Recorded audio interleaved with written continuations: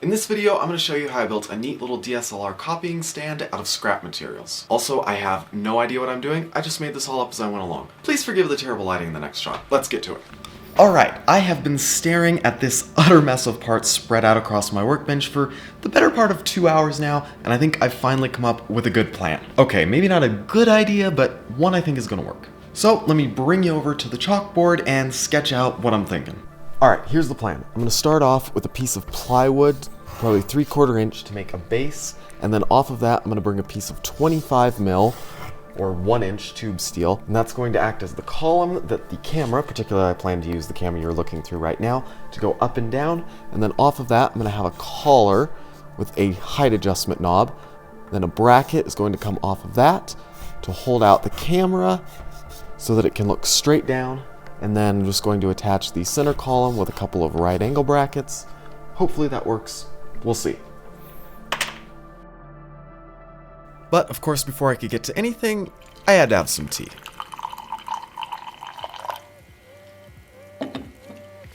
But once tea time was out of the way, my first step in actually working on this project was cutting down a piece of 3/4 inch plywood I could use as the base. I don't even know what the measurements of this thing are, I just kinda eyeballed it. And the steel I wanted to use for this had a bunch of weld spatter on it from a previous project I had used it for, so I just used some 80 grit paper on the power sander to clean that up real quick.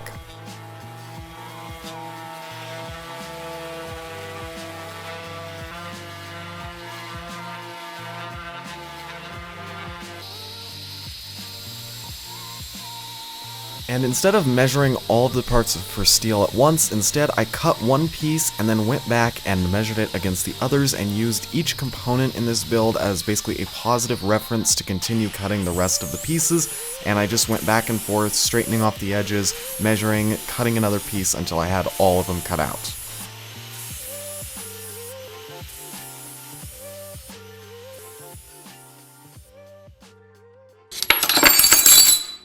Time to start welding stuff together.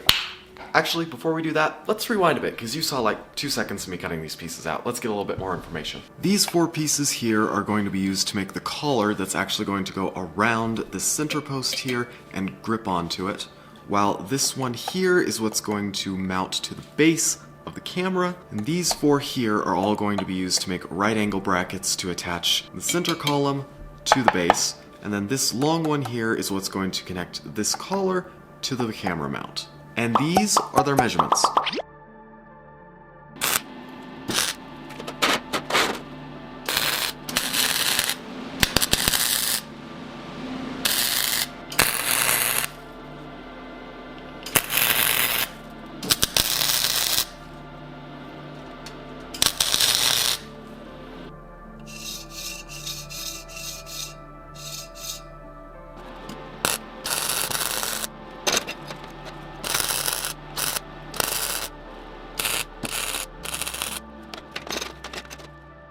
So now that that collar was finished, and moving quite smoothly I might add, the next thing I needed to do was create a way to stop it from sliding around, so I just measured out a rough center so that I could drill a hole and have a knob go in to tighten it up against the post.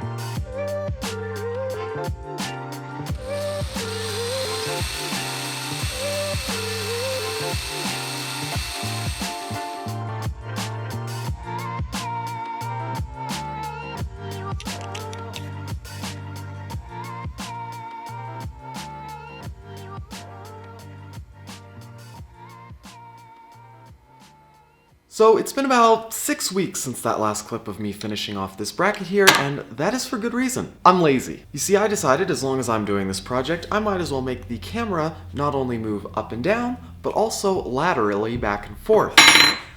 One issue with that is it requires cutting more steel, which I don't want to do.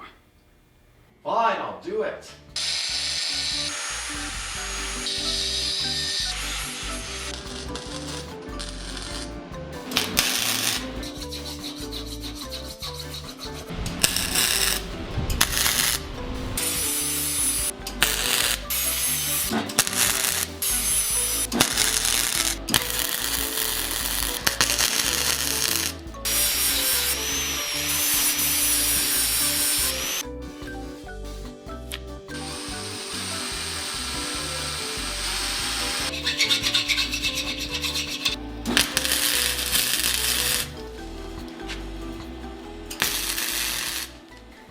Progress has been made, let's adjust the camera angle and I'll show you what's going on. So we now have the ability to loosen this knob here and then adjust the camera laterally, and then this knob over here is the one that adjusts the height of everything. Now the next thing I need to do is cut this piece down a little shorter. It's going to be cut to about 45 millimeters, and that is because I changed my mind and want the camera centered on this post here rather than off to the side like I had originally planned to have it.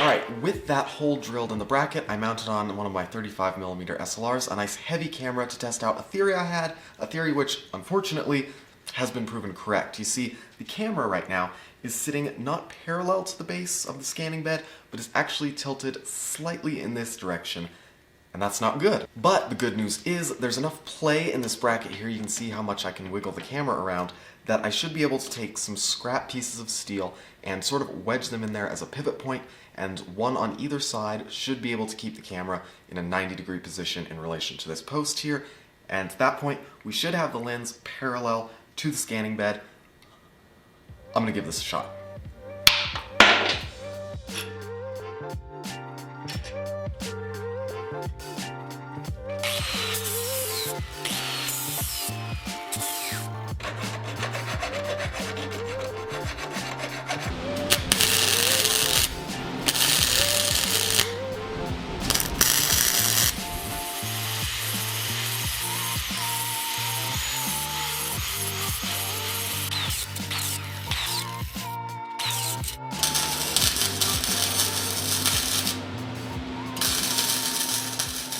Alright, that has made a massive improvement, and to be fair, it's still not 100% straight. It's off by what I would estimate is a degree or two, but for something I made from scrap steel I cut up with an angle grinder, I'm not expecting perfection here. So let's get this thing slapped together and give it a test.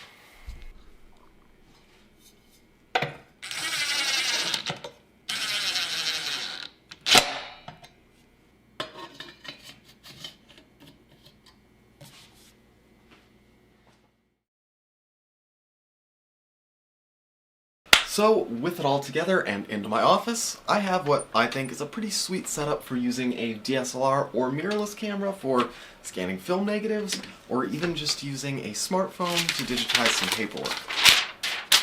Now, if this project interested you, give it a like, and if you're interested in more office-related projects, stick around for an upcoming video on how to make your own pocket notebooks.